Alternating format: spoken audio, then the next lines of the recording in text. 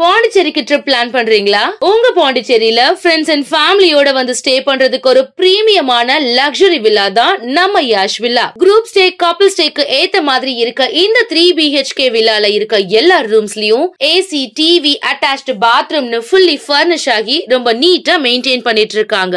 தேவைப்பட்டா சமைச்சுக்க கிச்சன்ல எல்லா யூட்டன்சில்ஸும் இருக்கு. அது மட்டும் இல்லங்க, ஆர்டர் பண்ணா home made food, car and bike ரெண்ட்ஸ்க்கு கூட ரெடி பண்ணி கொடுக்கறாங்க.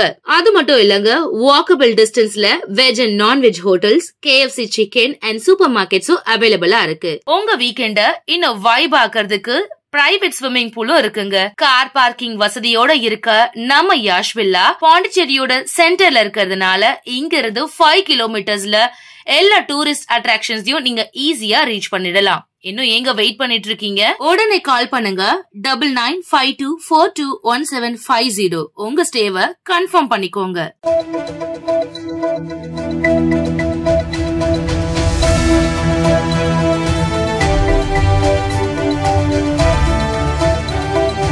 வணக்கம்.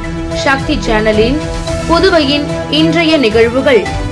உச்ச நீதிமன்ற தலைமை நீதிபதி மீது காலணி வீசிய விவகாரத்தில் ராகேஷ் கிஷோரை வன்கொடுமை தடுப்பு சட்டத்தின் கீழ் கைது செய்ய வலியுறுத்தி காரைக்காலில் விடுதலை சிறுத்தை கட்சியினர் கண்டன ஆர்ப்பாட்டத்தில் ஈடுபட்டனர். உச்சநீதிமன்ற தலைமை நீதிபதி PR கவாய் மீது காலணி வீசிய நபர் மீது வன்கொடுமை தடுப்பு சட்டத்தின் கீழ் கைது செய்ய வலியுறுத்தியும் விடுதலை சிறுத்தை கட்சி தலைவர் திருமாவளவனுக்கு அச்சுறுத்தல் ஏற்படுத்தும் வகையில் செயல்படும் RSS அமைப்பை கண்டித்தும் அவருக்கு உரிய பாதுகாப்பு வழங்க வலியுறுத்தியும் காரைக்கால் மாவட்ட விடுதலை சிறுத்தைகள் சார்பில் கண்டன ஆர்ப்பாட்டம் நடைபெற்றது.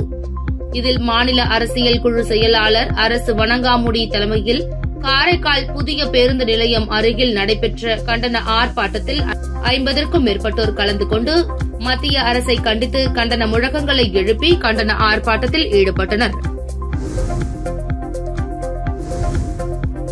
புதுச்சேரி சுகாதாரத்துறையில் பணியாற்றும் ஆஷா பணியாளர்கள் சம்பள உயர்வு கேட்டு சுகாதாரத்துறை இயக்குநர் அலுவலகத்தை முற்றுகையிட்டு போராட்டத்தில் ஈடுபட்டதால் பரபரப்பு ஏற்பட்டது. புதுச்சேரி சுகாதாரத்துறையில் பணியாற்றும் ஆஷா பணியாளர்களுக்கு சம்பளம் ரூபாய் 7,000 ரூபாய் 10,000 உயர்த்தி வழங்கப்படும் என முதலமைச்சர் ரங்கசாமி அறிவித்து ஓராண்டு ஆகியும் இதுவரை உயர்த்தப்பட்ட சம்பளம் வழங்கப்படவில்லை. இந்நிலையில் உயர்த்தப்பட்ட சம்பளத்தை வழங்க வேண்டும், மாதத்தில் ஒரு நாள் தற்செயல் விடுப்பு வழங்க வேண்டும், ஊக்கத்தொகையினை மாதம் 5ஆம் தேதிக்குள் வழங்க வேண்டும் உள்ளிட்ட கோரிக்கைகளை வலியுறுத்தி ஆஷா பணியாளர்கள் சுகாதாரத்துறை தலைமை அலுவலகத்தை முற்றுகையிட்டு போராட்டத்தில் ஈடுபட்டனர். அதனை அடுத்து சுகாதாரத்துறை இயக்குநராக திட்ட அதிகாரி கோவிந்தராஜன் முற்றுகையிட்டவர்களிடம் பேச்சுவார்த்தை நடத்தினார். முதல்வரிடம் பேசி உரிய நடவடிக்கை எடுப்பதாக உறுதி அளித்ததைத் தொடர்ந்து ஆஷா பணியாளர்கள் போராட்டத்தை கைவிட்டனர். இதனால் சுகாதாரத்துறையில் சிறிது நேரம் பரபரப்பு ஏற்பட்டது.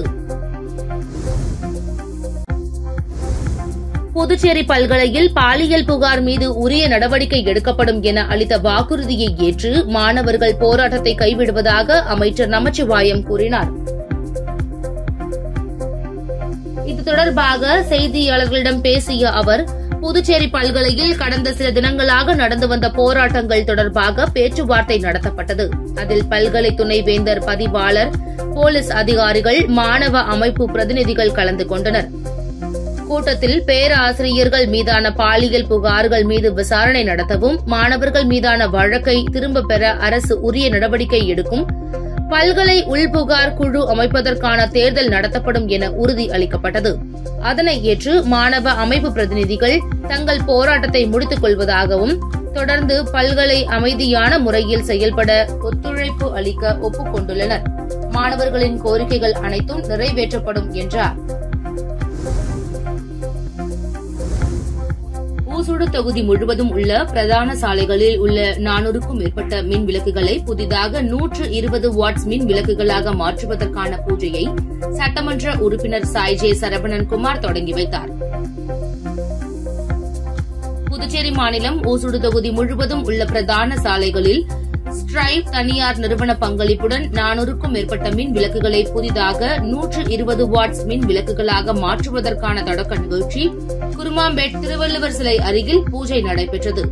இதில் தொகுதியின் சட்டமன்ற உறுப்பினர் முன்னாள் குடிமைப் பொருள் வழங்கல் மற்றும் நுகர்வோர் விவகாரங்கள் துறை அமைச்சர் சாய்ஜே சரவணன்குமார் மற்றும் அவரது துணைவியார் சமூக சேவகி அண்ணா பிரபாவதி ஆகியோர் கலந்து கொண்டு பூஜை செய்து தொடங்கி வைத்தனர். நிகழ்ச்சியில் துறை சார்ந்த அதிகாரிகள் மற்றும் பாஜக நிர்வாகிகள், தொண்டர்கள் என ஏராளமானோர் கலந்து கொண்டு சிறப்பித்தனர். ரேஷன் கார்டுதாரர்களுக்கு தீபாவளி தொகுப்பு வழங்குவதற்கான பணி தீவிரமாக நடைபெற்று வருகிறது. தீபாவளி பண்டிகைக்கு அரசு சார்பில் 3.45 லட்சம் ரேஷன் கார்டுகளுக்கு தீபாவளி தொகுப்பு வழங்கப்படும் என முதல்வர் ரங்கசாமி அறிவித்திருந்தார். அதன்படி தலா ரூபாய் 585 மதிப்பில் 2 கிலோ சர்க்கரை, 2 லிட்டர் சமையல் எண்ணெய், 1 கிலோ கடலை பருப்பு, ரவை மற்றும் மைதா தலா அரை கிலோ உள்ளிட்ட பொருட்கள் அடங்கிய தொகுப்பு வழங்க ஏற்பாடு செய்யப்பட்டு வருகிறது. தீபாவளி பண்டிகைக்கு 4 நாட்கள் மட்டுமே உள்ள நிலையில் ரூபாய் 20 கோடி செலவில் வழங்கப்பட உள்ள இந்த தொகுப்பிற்கான கோப்பிற்கு நிதித்துறை நேற்று முன்தினம் அனுமதி வழங்கியது. அதனைத் தொடர்ந்து இந்த கோப்பு நேற்று கவர்னரின் அனுமதிக்கு அனுப்பி வைக்கப்பட்டுள்ளது. கவர்னரின் அனுமதி கிடைத்ததும் உடனடியாக தீபாவளி தொகுப்பு பொருட்களை முதல்வர் ரங்கசாமி தலைமையில் வழங்குவதற்கான பணியை கான்ஃபெட் நிர்வாகம் வேகமாக செய்து வருகிறது. தீபாவளிக்கு 4 நாட்களே உள்ளதால் அனைவருக்கும் தொகுப்பு பொருட்கள் வழங்க முடியாத சூழல் உள்ளது. இதனால் தீபாவளிக்கு பின்பும் தொகுப்பு பொருட்கள் ரேஷன் கடைகளில் கிடைக்கும் என அதிகாரிகள் தெரிவித்தனர்.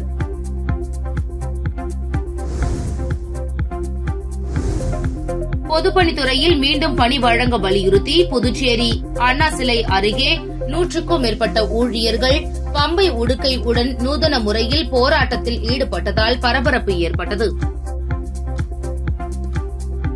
பொதுப்பணித்துறையில் பணி நீக்கம் செய்யப்பட்ட ஊழியர்களுக்கு மீண்டும் வேலை வழங்க வேண்டும், மாதம் 10,500 சம்பளம் வழங்க வேண்டும், சட்டமன்ற கூட்டத்தொடரில் உறுதிமொழியை நிறைவேற்றிட அனுப்பிய கோப்பிற்கு காலம் கடத்தாமல் ஆளுநர் மற்றும் தலைமை செயலர், துறை செயலர்கள் உடனடியாக ஒப்புதல் அளிக்க வேண்டும் உள்ளிட்ட பல்வேறு கோரிக்கைகளை வலியுறுத்தி பொதுப்பணித்துறையில் பணி நீக்கம் செய்யப்பட்ட ஊழியர்கள் அண்ணா சாலையில் கையில் உடுக்கை, வேப்ப இலை எடுத்துக்கொண்டு நூதன முறையில் மாநில அரசை கண்டித்து பேரணியாக சென்றனர். தொடர்ந்து அண்ணா சிலை சதுக்கம் அருகே சாலையில் அமர்ந்து திடீரென மறியல் போராட்டத்தில் ஈடுபட்டனர். இதனால் போலீசாருக்கும் போராட்டக்காரர்களுக்கும் இடையே தள்ளுமுள்ளு ஏற்பட்டது. தொடர்ந்து அரசை கண்டித்து கண்டன முழக்கங்களும் எழுப்பினர். காவல்துறையினர் போராட்டத்தில் ஈடுபட்ட சுமார் 100க்கும் மேற்பட்ட ஊழியர்களை கைது செய்தனர். மத்திய அரசின் தனிநபர் கழிவறை கட்டும் திட்டத்தில் ரூபாய் 60 லட்சம் மோசடி செய்த வழக்கில் தற்காலிக ஊழியரை லஞ்ச ஒழிப்பு போலீசார் கைது செய்தனர். அரியாங்குப்பம் கொம்யூனில் கடந்த 2016ஆம் ஆண்டு முதல் 2021ஆம் ஆண்டு வரையில் நடந்த மத்திய அரசின் தனிநபர் கழிவறை கட்டும் திட்டத்தில் கழிவறை கட்டாமலேயே ரூபாய் 59,89,000 மோசடி நடைபெற்றுள்ளது. இதுகுறித்து தற்போதைய வட்டார வளர்ச்சி அதிகாரி கார்த்திகேசன் கடந்த ஜூலை மாதம் புதுச்சேரி லஞ்ச ஒழிப்பு போலீசில் புகார் அளித்தார். அதன் பேரில் மோசடி, கூட்டு சதி உள்ளிட்ட 7 பிரிவுகளில் வழக்கு பதிந்து இத்திட்டத்தில் அரியாங்குப்பம் கொம்யூனில் ஜூனியர் இன்ஜினியராக பணியாற்றியே தற்போது பொதுப்பணித்துறையில் பணியாற்றி வரும் விவேகானந்தன், ஒப்பந்த அடிப்படையில் கம்ப்யூட்டர் ஆபரேட்டராக பணிபுரிந்து தற்போது சுகாதாரத்துறையில் பணியாற்றி வரும் ராஜசேகரன் மற்றும் 8 கான்ட்ராக்டர்களை தேடி வந்தனர். இந்நிலையில் லாஸ்பேட்டை வள்ளலார் நகரில் வீட்டில் இருந்த தற்காலிக கம்ப்யூட்டர் ஆபரேட்டர் ராஜசேகரனை லஞ்ச ஒழிப்புத்துறை போலீசார் கைது செய்து சிறையில் அடைத்தனர். பிள்ளையன்பேட்டை தொகுதிக்கு உட்பட்ட சாந்தி நகரில் ரூபாய் 40,30,000 மதிப்பில் புதிதாக சிமெண்ட் சாலை அமைக்கும் பணிக்கினை தொகுதி எம்எல்ஏ நேரு தொடங்கி வைத்தார். புதுச்சேரி உருளையன்பேட்டை தொகுதிக்குட்பட்ட சாந்தி நகர் 2வது மெயின் ரோடு மற்றும் சாந்தி நகர் 2024-25 சட்டமன்ற உறுப்பினர் தொகுதி மேம்பாட்டு நிதி மூலம் ரூபாய் 40,30,000 செலவில் புதிய சிமெண்ட் சாலை மற்றும் இருபுற கான்கிரீட் வாய்க்கால் அமைக்கும் பணிக்கான பூமி பூஜை விழா இன்று நடைபெற்றது. இதில் தொகுதி சட்டமன்ற உறுப்பினர் நேரு கலந்து கொண்டு தலைமை தாங்கி பூமி பூஜை செய்து தொடங்கி வைத்தார். விழாவில் புதுச்சேரி நகராட்சி அதிகாரிகள், மனிதநேய மக்கள் சேவை மைய நிர்வாகிகள் உட்பட பலர் கலந்து கொண்டனர்.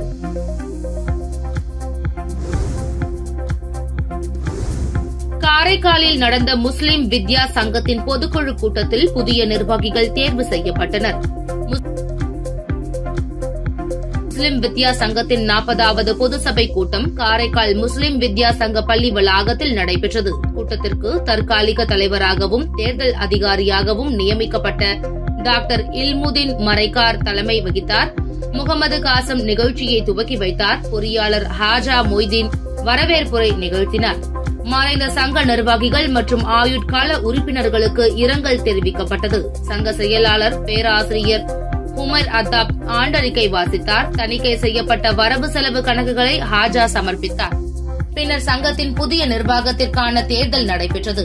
அதில் தலைவராக ஆடிட்டர் சாகுல் ஹமீது, துணைத் தலைவராக டவுன் காஜியார் ஆரிப் மரைக்காயர், செயலாளராக பேராசிரியர் டாக்டர் உமர் ஹத்தாப், துணை செயலாளராக மஸ்தான் அப்துல் காதர் மரைக்காயர், பொருளாளராக சையது அகமது ஆகியோர் தேர்வு செய்யப்பட்டனர்.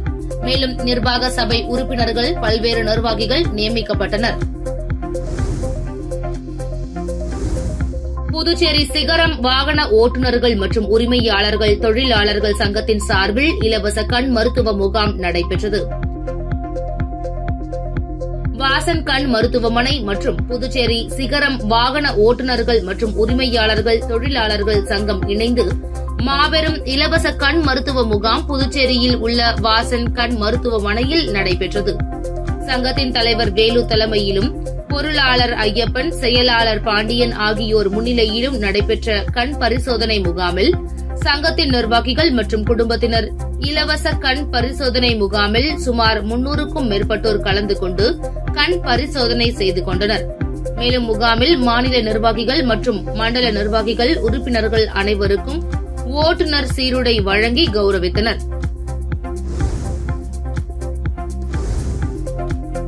முன்னாள் குடியரசுத் தலைவர் மறைந்த டாக்டர் APJ அப்துல் கலாம் அவர்களின் பிறந்த நாளை முன்னிட்டு புதுவை கலாம் ஓட்டுநர்கள் சேவை நலசங்கத்தின் சார்பில் அன்னதானம் வழங்கப்பட்டது.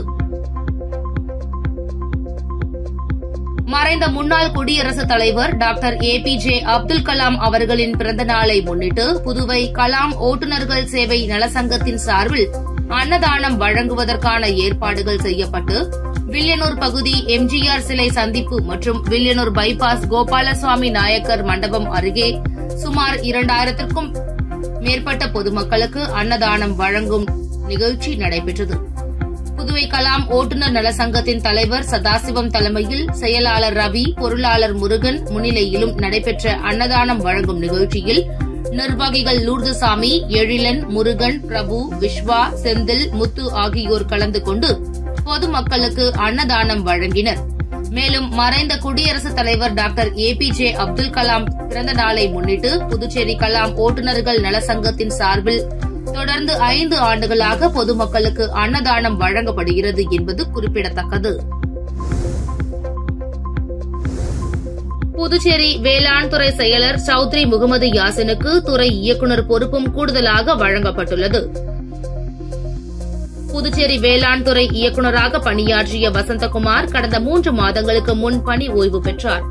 அதன்பின் இயக்குநர் நியமிக்கப்படாததால் விவசாய பணிகள் முற்றிலும் பாதிக்கப்பட்டு வருவதாக முன்னாள் அமைச்சர் கவர்னரிடம் கோரிக்கை மனு அளித்தார். மேலும் பல்வேறு கட்சித் தலைவர்கள் இயக்குநர் நியமிக்கப்படாததற்கு கண்டனம் தெரிவித்து வந்தனர். இந்நிலையில் வேளாண் துறையின் அரசு செயலர் சௌத்ரி முகமது யாசினுக்கு கூடுதல் பொறுப்பாக இயக்குநர் பதவி வழங்கப்பட்டுள்ளது. இதற்கான உத்தரவை தலைமை செயலர் சரத் சௌகான் பிறப்பித்துள்ளார். அமெரிக்காவை தொடர்ந்து கனடாவிற்கும் தபால் துறையின் பார்சல் சேவை ரத்து செய்யப்பட்டதால் தீபாவளி பண்டிகைக்கான இனிப்பு பொருட்கள் கூரியரில் அனுப்பப்படுகிறது. புதுச்சேரி அஞ்சல் துறை மூலம் குறைந்த கட்டணத்தில் அமெரிக்கா, கனடாவிற்கு அதிக அளவு பார்சல் அனுப்பப்பட்டு வந்த நிலையில் அமெரிக்காவை தொடர்ந்து கனடாவும் பார்சல் சேவையை கடந்த 6ஆம் தேதி முதல் நிறுத்தப்பட்டுள்ளது. அதனை ஒட்டி புதுச்சேரியிலிருந்து தற்போது தனியார் கூரியர் நிறுவனங்கள் மூலம் மட்டுமே பார்சலில் பொருட்கள் செல்கிறது. சாதாரணமாக தபால் துறை மூலம் கனடாவிற்கு 1 கிலோ பார்சல் அனுப்ப ரூபாய் 1935 மட்டுமே கட்டணம். இதுவே கூரியரில் அனுப்பினால் கிலோவிற்கு ரூபாய் 6000 வசூலிக்கப்படும். பெரும்பாலானோர் 20 கிலோவிற்கு மேல் பார்சல் அனுப்புவர். இந்நிலையில் தபால் துறையை விட கூரியரில் பல மடங்கு கட்டணம் அதிகமாக உள்ளதால் தங்கள் பிள்ளைகள் மற்றும் உறவினர்களுக்கு பொருட்களை அனுப்புவோர் அதிர்ச்சி அடைந்துள்ளனர். உங்கள் சக்தி சேனலின் புதுவையின் அன்றாட நிகழ்வுகளை உடனுக்குடன் தெரிந்து கொள்ள சக்தி சேனல் புதுச்சேரி யூடியூப் சேனலை சப்ஸ்கிரைப் செய்து கொள்ளுங்கள். மறக்காமல் பெல் பட்டனையும் கிளிக் பண்ணுங்க, ஷேர் பண்ணுங்க, லைக் பண்ணுங்க. உங்கள் சக்தி சேனல்.